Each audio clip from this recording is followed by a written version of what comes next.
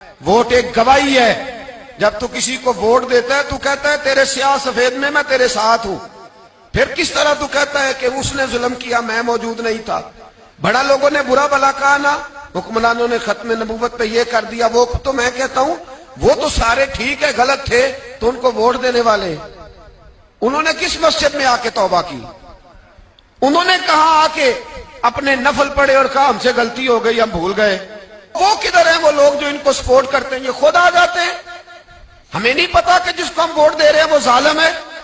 ہمیں نہیں پتا جس کو ہم ووٹ دے رہے ہیں وہ جابر ہے, وہ فاسق ہے, وہ چور ہے, وہ ڈاکو ہے, وہ بے ایمان ہے, رسا گیر ہے.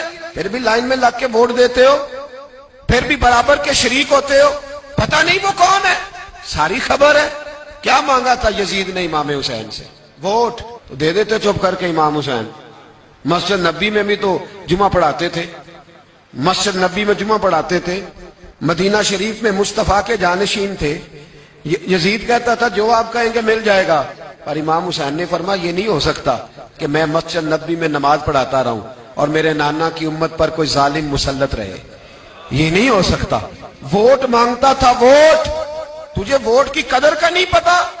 امام حسین نے 18 سال کے نوجوان سے لے کر 6 مہینے تک کا علی اصغر قربان کر دیا, پر ظالم کو ووٹ نہیں دیا. تیرا کیسے حوصلہ پڑتا ہے؟ پھر تو 10 محرم کی دیگ بھی پکاتا ہے. کس طرح تیرا حوصلہ پڑتا ہے؟ کس طرح کر کے تیرے اندر ہمت آتی؟ جلال بادشاہی ہو یا جمہوری تماشا ہو, جدا ہو دی سیاست سے تو رہ جاتی ہے چنگیزی. ظالموں کا مددگار بھی ظالم ہوتا ہے, ظالموں کا مددگار بھی. جو بڑے ظالم کے نیچے چھوٹی فوٹو بھی لگوائے, ووٹر اور سپورٹر بنے, وہ نہیں ظالم, وہ نہیں سخت. اور جو اللہ خیر کرے دفتر ہی کھول کے بیٹھ رہے اپنی بیٹھک کے آگے, جلیبیاں بھی کھلائے میرے کہنے پہ ووٹ دینا, وہ نہیں ظالم. بچ گئے, باہر نکل گئے, نہیں جی نہیں ہم پاک صاحب ہیں, حکمران بڑے ظالم ہیں. نا تو بچ نہیں سکتا, تو برابر کا شریک ہے. مجھے ایک صاحب کہنے لگے ووٹ ڈالنے چلیں. الحمدللہ میں کبھی نہیں گیا. جب بندہ سمجھ میں آئے گا, مرضی کا آئے گا تو جائیں گے انشاءاللہ تعالی. نہیں گئے تو نہیں گئے. لیکن بڑی کھلی بات کر رہا ہوں, میں بھی تو مسجد کا مولوی ہوں نا, میں بھی یہ خانقاہ کا مسند نشین ہوں. کھلی بات نہیں جاتے بھئی ہم.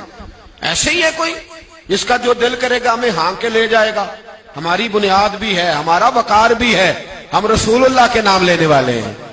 ایسے ہی جس کا دل کرے آگے لگا کے لے جائے. کیا مطلب ہوا اس بات؟ نہیں گیا. ایک صاحب کہنے لگے ووٹ قوم کی امانت ہے, تو امانت ضائع نہیں کرنی چاہیے. میں نے کہا ضائع نہیں کرنی چاہیے, پر بے ایمان کو بھی امانت نہیں دینی چاہیے, ورنہ زیادہ ضائع ہو جائے.